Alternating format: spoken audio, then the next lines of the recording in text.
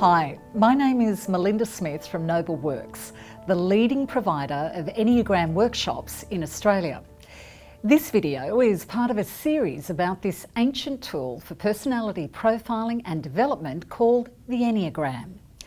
We've partnered with Port Stephens Council in New South Wales, Australia, to share our learnings about the value of using the Enneagram as a tool for personal and organisational transformation in the workplace. The Council has made a significant commitment during the past decade to develop staff to be the best they can be by using the Enneagram. Self-awareness is a key leadership competency. Self-aware people transform themselves and their organisations. In this episode, we'll be talking about the Enneagram Type 5. I'm here with Rob Noble, who is a colleague at Noble Works. Rob has worked with and for Port Stephens Council during the past decade in varying capacities. He's going to share with us about the Enneagram Type 5 and how the knowledge of the Enneagram has improved relationships and performance personally and professionally. Rob, welcome. Hey Mel, thank you. Can you just tell us a little bit about yourself? Well, I'm an Enneagram Type 5, called the Analyst and some other names. I'm married to a lovely Type 3 in the form of Veronica, and between us we have 4 children and 5 grandchildren. And during my professional career, I've been a local government CEO for over 20 years, and I've learned a lot about the Enneagram since I first encountered it 18 years ago. And I've been using the Enneagram ever since in the organisations where I've been a CEO, and also in our business that we run together. Veronica and I run together, and we use the knowledge and the power of the Enneagram to help people understand themselves and each other better, to improve relationships, to help people be more self-aware, and to improve the performance and functioning of organisations. So can you help us to understand what the world of a Type 5 looks like? Well, it's a private world most of the time, Mel. Our types are generally thoughtful and self-sufficient and independent, and although we do have feelings like everybody else does, they can be quite suppressed at times because sometimes we can be a little bit oversensitive at the emotional level and don't want to deal with our own feelings or the feelings of others. But we Type 5s are big on wanting to know important things that relate to our world. So knowledge is critically important for 5s. It's kind of like a defence mechanism. So as mentioned, we can be emotionally detached. We feel comfortable when we know our stuff, but if we don't know our stuff, we can tend to procrastinate, at least through the eyes of others, until we've worked things out. But once we've worked things out, we're very cool, calm, collected, and quite decisive. So in terms of an organisation and being in a workplace, what are some of the specific gifts and strengths that a Type 5 brings to that environment? Well, I think the first thing that 5s do is bring perspective, knowledge and information to an organisation, and we're quite good at critical analysis, so rational, logical thinking is just completely natural. Being warm and emotionally connected is not necessarily one of our specialties. So we are really useful within organisations if someone wants calmness, decisiveness, analysis, and strength. If we think that we know our stuff, we really do feel quite confident in the way we're going about things. And we can add a level of confidence to others as well by providing them with the knowledge and the analysis that they need.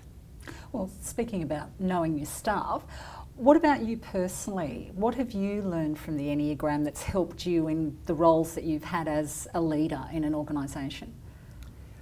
I think the biggest single thing that I've learned about myself through knowing my Enneagram type characteristics is that I damn well need to pay more attention to my feelings than I used to in the past, and to the feelings of important others. So especially those in my family circle and my friendship circle, but really everyone that I deal with. I find that by paying more attention to the emotional side of me and them, despite it feeling quite awkward sometimes for me, I have far better, deeper relationships with people. And so my dealings with people become more effective for both of us. What are some of the things that as a type 5 might cause stress or anger for you in the workplace and in your personal lives? Okay, so one of the characteristics of the type 5 personality is that we can tend to compartmentalise our brains in a way and separate feelings from any situation that we're dealing with.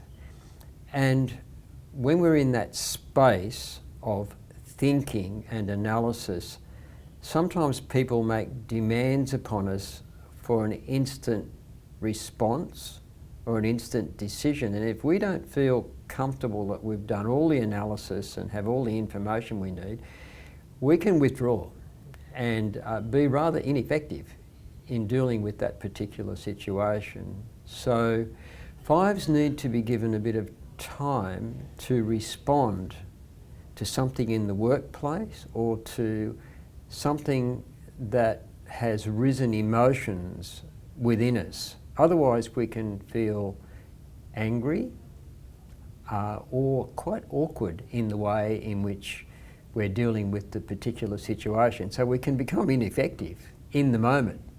Most 5s need to have a bit of time to make a decision, and 5s tend to be very productive when they're by themselves because they've got time to think. And indeed, we almost never get bored because there's always something interesting to think about. Good to know.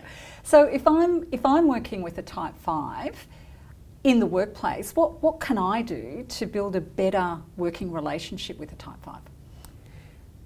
I guess it's important for you to understand that we type 5s sometimes need a bit of time to consider what you're asking of us.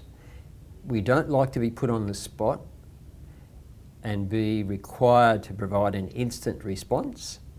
We would prefer to be able to gather the information we need to do the analysis and then come up with a conclusion. So we're very happy to provide information. One of the funny things about me is that for some reason I can remember credit card numbers, PIN numbers, tax file numbers, frequent flyer numbers. They all just seem to stick. That's kind of useful if you need those things in a hurry, but really, you can just look them up. So it's a bit funny. You mentioned before you've been working with Port Stephens Council now for over a decade. You introduced the council to the Enneagram. What have you seen that's developed during those last 10 years that has been transformative for this organisation? It's been an interesting journey for Port Stephens Council. So Veronica and I have worked with, I think, well over 300 people within the organisation over the last 10 or 11 years. And from the very beginnings of providing people with an understanding of their types and the characteristics of their types and the characteristics and types of the other people in the organisation, we've seen a gradual seismic shift in the level of self-awareness within the individuals in the organisation, an improvement in their working relationships, and an improvement in the performance of the organisation. It's been quite beautiful watching it and being a part of that. So I've had two different roles within the organisation. I've acted twice for interim periods as a senior executive, but mainly my role has been to provide consultancy services to the organisation to help individuals and teams understand themselves and to develop strategies to help them to be the best they can be at an individual and team level more often. That's improved Port Stephens Council's functioning. So if you were to describe the organisation before they started working with the Enneagram and now, what would that look like? I would say before starting to work with the organisation over a decade ago, they were a very effective, solid local government who performed very well. Now, I would say they're a far more highly self-aware organisation who are functioning at a more conscious level with improved internal levels of self-awareness, improved relationships, and I think better outcomes for the community than what they were getting 10 or 11 years ago. Rob, thank you for talking with us today and for sharing your story as a Type 5 and your work with Port Stephens Council. It's Thank a you. pleasure. Thanks, Mel. Join us for another episode where you can learn more about each of the 9 Enneagram personality types as people share their journey, observations and insights. Also, check out our podcast series, Understanding Your Enneagram, on iTunes or our website.